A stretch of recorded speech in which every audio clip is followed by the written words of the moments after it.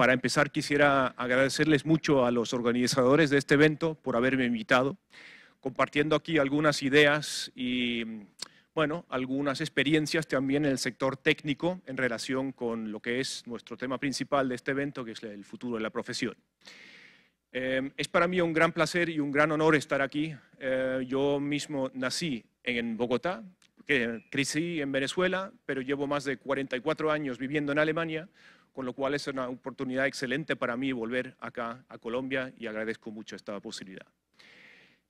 Now, I will switch over to the English language, basically because my slides are in English and because we have the web streaming, and I think it's a little bit more easier for the participants to follow my presentation with the slides, seeing the slides and hearing my voice in the same language. As you see, I prepared some information on what technologies have to do with the future of the profession. We heard a lot of things from Gilles and also from Rob's side, and many of the things we just saw directly are included also in my presentation, but from a slightly different point of view. Now, I'm here live and on stage. I could be also a hologram, as we saw before, and maybe in the future this could be one possibility. I'm here and I'm talking to you mainly as the coordinator of the Technical and Health Committee of AIIC, and also the coordinator of the so-called ISO group, which works a lot on the definition of standards for conference interpreting and, of course, for conference systems as well. I have some experience also from the academic side. I was the director of the master program of conference interpreting in Munich during a period of 4 years from 2012 to 2016.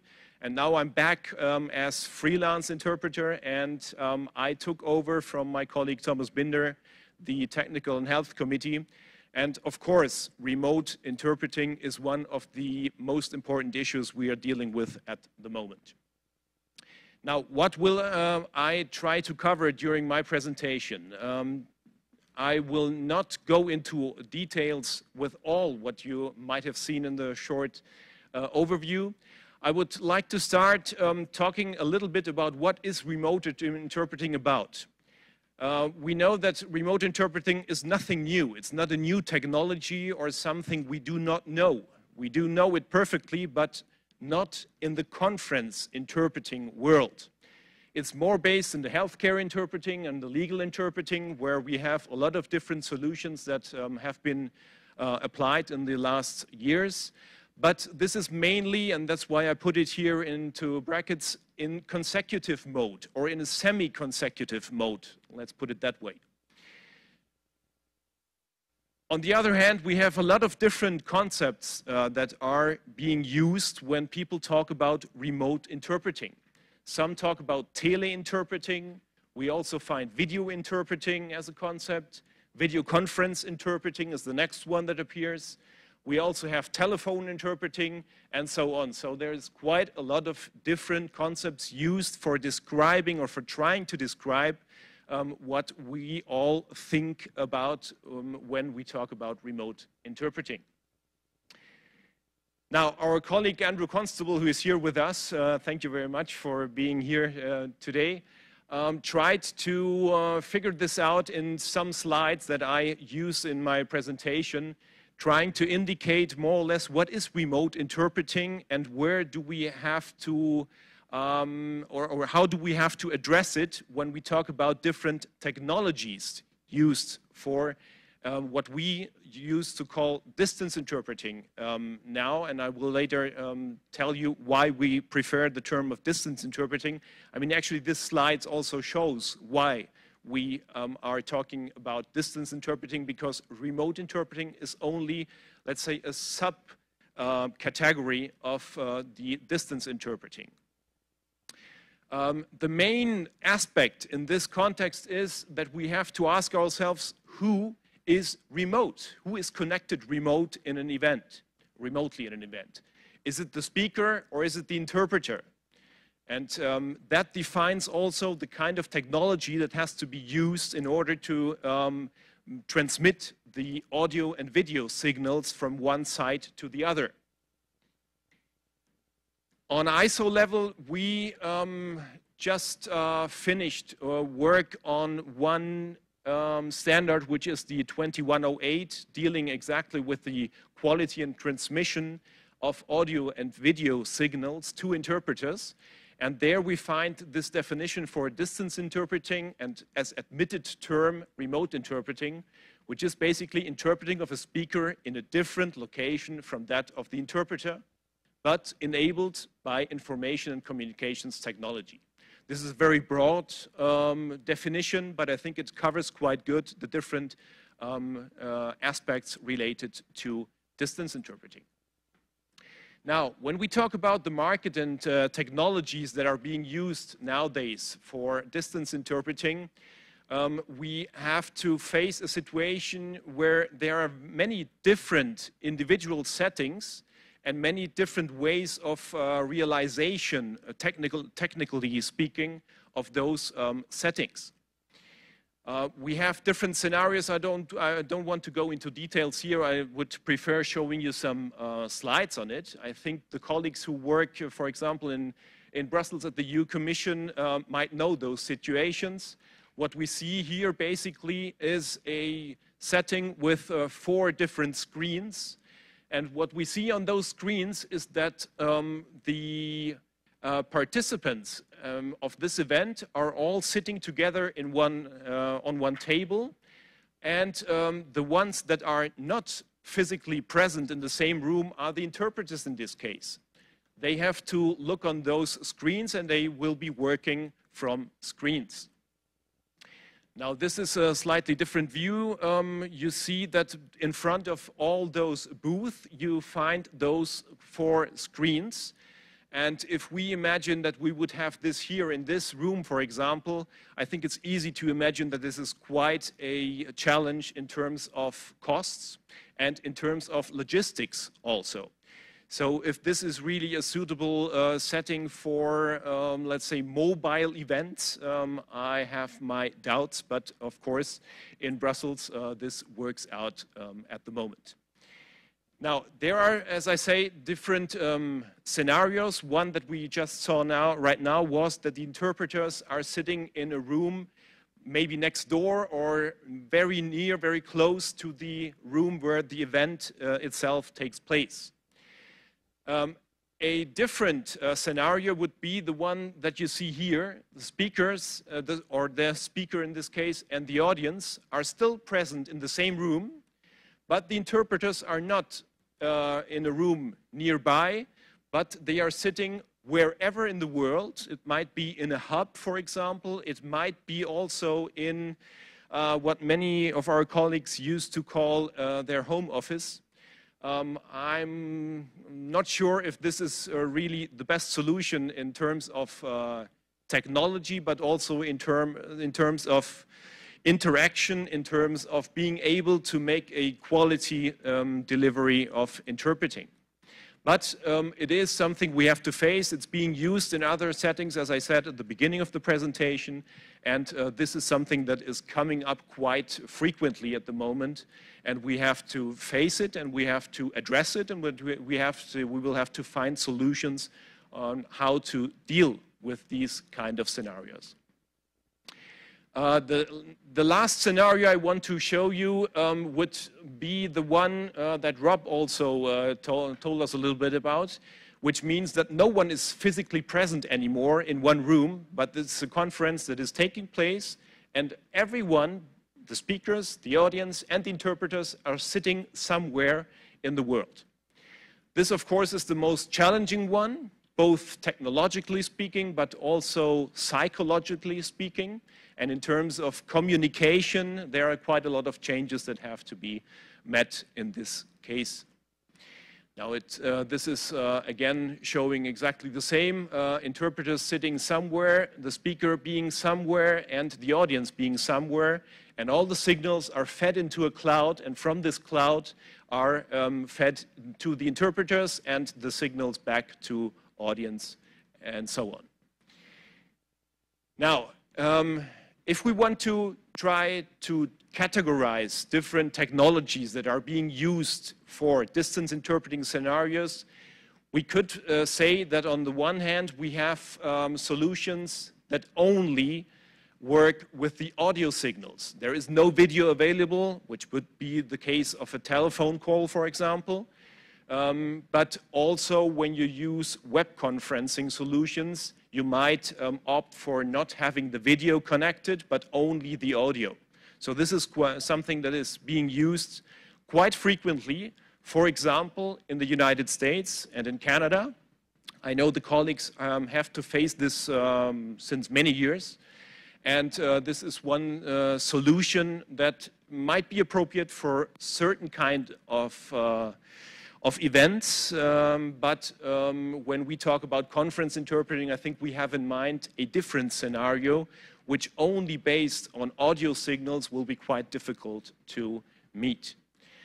Then we could say we have web conferencing solutions. And web conferencing solutions, following my own definition, would be things like, for example, a Skype conference, a WebEx conference, a GoToMeeting, or whatever kind of solutions we might have there. On top of it, we have the video conferencing solutions.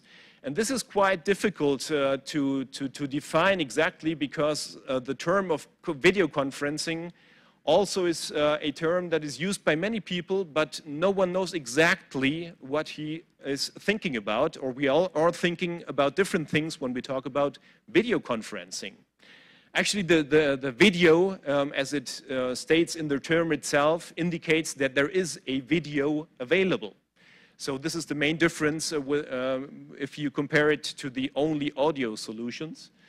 But there are some technological details behind video conferencing solutions that make it different, for example, from broadcast solutions, as you find them in the television sector, for example, the broadcast sector in the narrower sense of the word. These broadcast solutions are, I put here, not accessible yet. They are available, of course, because if you watch, for example, a football game, and with interpretation, this is exactly what is being done. It is a certain technology that is being used with a very, very huge bandwidth available, of course. But technologically, it's something different than only transmitting the signals by internet, via internet. They are using satellite connections, for example, and others, and most of them in a redundant scenario, so they can manage this kind of transmission much more easy than it would be with other technological solutions. Now, on ISO level, we tried to define some standards concerning conference interpreting and the technology used for conference interpreting. Most of you might know them. Maybe the most important fact that I want to figure out today is that the existing standards that we had since 1998 in the last version for the ISO 2603 for permanent booth and for the 4043 for the mobile booth have been revised last year, and there are new versions available. The old ones have been withdrawn, so they can no longer be applied. In addition, as we took out everything related to the interpreting equipment that used to be in 2603 and 4043, we have a new standard 2109, which basically addresses interpreting equipment, but only for simultaneous interpreting. This is something we have to consider because, as I said before, we know remote interpreting from the healthcare sector, from the legal sector, and there you mostly work in a consecutive mode, so these standards do not apply. They apply for simultaneous interpreting, and they define the requirements necessary for the equipment in the booth, basically. As we all know, and that's why we are here today, we are talking about distance interpreting as well. And in order to address also distance interpreting, we introduced a new standard, which is the 2108, on quality and transmission of sound and image input. And this is the first standard that addresses distance interpreting. I have to admit that it does this in a very general, in a very basic way, but it's the first time that we really are addressing something like distance interpreting in an ISO standard. There will be more standards to come in the future, maybe on consecutive interpreting and requirements, maybe also on the quality and transmission of sound and image input for consecutive interpreting. The US delegation just announced during the last meeting, ISO meeting in Vienna, that they will be handing in a new work item proposal on remote interpreting. When I asked them what will this be about, they said they didn't know exactly. So we will have to wait what they will come up with. And the German delegation also announced a new work item proposal on video-mediated interpreting. The same applies for this one. The exact contents is not known yet. But I just want to explain to you that we are working on this and that we know that we have to set standards for these different scenarios and for the technology used in order to cover the distance interpreting topic. Now, what's the position of the professional associations, including AIIC? At this moment, the position is still that, for example, distance interpreting is unacceptable. You find this in some wordings, in some publications, and I think this shows a little bit where we are right now. And if we come back to what we heard from Rob and from Gilles this morning, I think we definitely all know that we have to move in a certain way. The question is, how will we be able to move and how will we be able to adapt to these changes that are already there? It's not something for the future, it's just there. And so we will have to ask ourselves, how do we deal with this? This is something I took out from the Code for the Use of New Technologies, and which was signed by different associations and different organizations. And clearly my personal opinion is that this is just out of date and needs an update as soon as possible. The AIIC, as Professional Association of Conference Interpreters, has a code of professional ethics. And also there we find some wording about the working from screens, which also appears here as something that is only for very extraordinary situations and so on. We know about this and we have been working quite hard on it in the past month and weeks in order to find a wording that really is up to date and that allows for distance interpreting settings to a certain extent without changing from one day to another everything we relied upon in the past, well, 50 years. What's the potential for the development of distance interpreting scenarios? We heard a lot of this before in the two presentations. We're living in a globalized world. We have technological developments that are coming up. Nearly every day something new is shown to us. We have a huge demand from our client side. We also heard this this morning. And the number of providers of technological solutions is increasing dramatically. Recently I was at an event in Milan where 7 of those providers made a presentation of their solutions. And these are only 7. There are a lot of them, a lot more of them that are working on this. And Gilles also announced one platform from CRN, which is quite interesting for me to hear about it. So this shows us that there is a lot going on and that we need to find a way of addressing distance interpreting from our point of view. These providers and this is something that is very clear to me. These providers will be offering their solutions either together with us, and we being the ones giving the input, showing them what is necessary in order to be able to work with these technologies, or they will do it without us. It's not a question about we rejecting it and therefore it will never come, but it's really a question of participating in the development and making it suitable for our needs.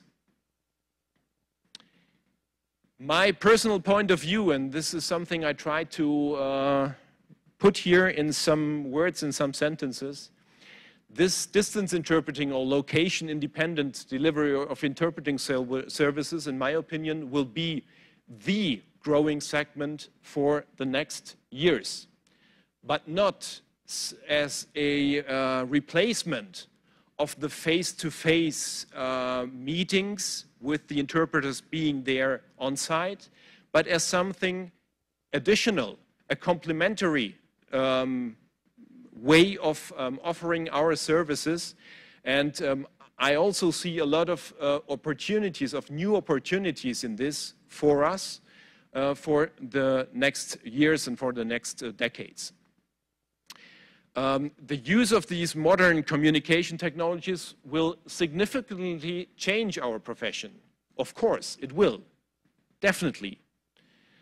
But I personally prefer to be, let's say, one of the acting people and trying to find solutions that are suitable also from our point of view, than just limiting ourselves to rejecting those technologies, and then in the end try to catch up with them as good as we can. We have seen this with many developments in the past years, and I think as this is a dramatic change we are facing now, it would be better from our point of view to find solutions that are going far, far beyond any rejecting, but of participating actively in the development of those technologies.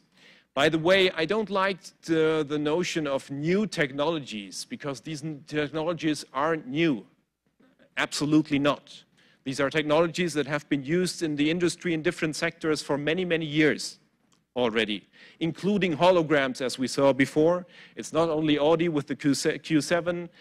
When we talk about designing of cars today, for example, the design centers are connected by these technologies, and they are never really working together on site, the engineers, but they are being connected exactly by these technologies, and they are working, for example, with holograms, which is a perfect way for them of seeing a car from different angles and of having exactly the same experience or even a better experience than it would be to have all the people gathered on site. Now,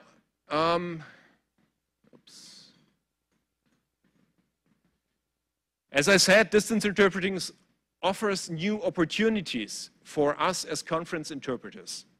And it will depend on us also to develop those opportunities and to find business models that cover these opportunities. Of course, this will need a change when it comes to training new interpreters. They will have to, or we will have to give them the opportunity of working with those new technologies from the beginning, being prepared for the use and not only trying to react in a certain way and try to cope with those technologies, but really be the ones that are able to work with them. For this, what we need is, of course, a lot of research that has to be done, and I'm very much looking forward for the next presentation, which we get by video from the research committee, and maybe we will hear something about this research that is meant to be done in the future with this respect. Now, Eduardo this morning said something about social aspects related to these changes. And I really appreciated your words, because they make us reflect on what is happening with us, around us, in our society. And of course, this will have an impact also on our work. Concepts like, for example, the so-called social loneliness. This is something that might be a challenge for us. When we have less possibilities of interacting with each other, because everyone is sitting somewhere in the world doing his job from wherever, this might have an effect on the way we behave, on the way we interact, and on the possibilities we have for interacting with our colleagues, but also with the other, well, participants on of an event. There will be less interaction with the colleagues, maybe. There will also be less interaction with our clients, with the speaker, with the audience. All the things we know, how we deal with them today, trying to talk directly to a speaker before he makes his presentation, for example. These are things that definitely have to be addressed. And of course, these are challenges. But where there's a challenge, I prefer to find solutions for this challenge instead of calling it a problem and not doing nothing to solve it. There are solutions available. We have seen some of these this morning, and we, as interpreters, have to find the right way of dealing with it, have to find the right solutions in order to be able to exactly address those challenges in terms of social loneliness and of interaction. Interactivity between interpreters might be organized in a completely different way in the future than it is today, just to make us reflect on some solutions we might come up with in the future. Health aspects, of course, are also very important. And one of the main questions always is remote interpreting or distance interpreting more stressful than on-site interpreting? If you ask colleagues, the vast majority will tell you, yes, it is more stressful. I've made this experience and I feel definitely more stressed when I did this. The problem is that all the research that has been done until now does not really show these results. In terms of stress that you can measure by blood measuring methods, for example, you can't really see this additional stress. So it must be a different kind of stress, and we have to find out, we have to figure it out, we have to make research on it, and we have to show where are exactly the challenges in this context. More cognitive load. Yes, we have to deal with technologies, a part of being interpreting. So this might be an additional cognitive load. But as we heard this morning, younger people and younger colleagues, they are used to handling different systems at a time. And I think this is something that maybe my generation still has a problem with, sees as a big challenge. I think if you get used to this from the beginning, this might be less a problem than it seems to be for us nowadays. I also talked about hub solutions or home office solutions. Personally, I'm not very fond of home office as the basic concept for delivery of interpreting services, because if you make this experience, and I tried quite a lot of these scenarios, I tried them out personally, I always have the feeling that it's different when I'm sitting at home. I'm not working in the same mood than it is when going to an event, being on site directly. I'm really in a different working method. Yeah. So maybe the solutions with hubs being installed where you have perfect conditions in terms of audio quality, of video quality, of air, of ventilation, of air supply, etc., might be one of the ways to face these challenges.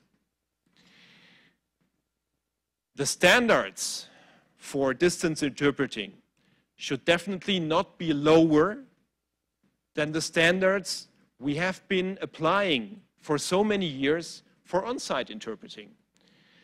Again, coming to the home office solution, you will hardly have the same working conditions when you work from your home office, where you simply don't have a booth. You don't have the sound insulation a booth offers you. Why did we always say that we needed those booths? And now we just switch over and say it's perfectly possible to make this interpreting from our home office. So these are also some aspects we have to consider when discussing about this. We need sustainable solutions that allow for working in these scenarios for your whole working life, and not only for a couple of weeks a year, where you might be able to make it more or less and to not being too much stressed with it. But if you consider this as something that you will be doing your whole life, your whole working life, things are definitely a bit different. Research, again, one of the main topics in this context, because we just don't have enough research until now. Okay, coming to an end, there are many aspects and challenges, and it depends always from which point of view or from which angle you have a look at these aspects. The providers of solutions definitely have to go for quality of service. They have to offer solutions on a high quality level. We need appropriate technologies that are complying with the ISO standards, the actual ones and the future ones. And of course, there are also economic aspects that have to do with a lot of things that I mentioned today from the point of view of the providers. From the client side, they see this basically as an enormous possibility, opportunity for having more flexibility. You find arguments like, for example, green conferencing, which is one of the main arguments they are using.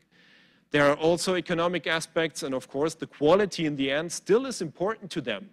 There might be different levels of quality for different kinds of events.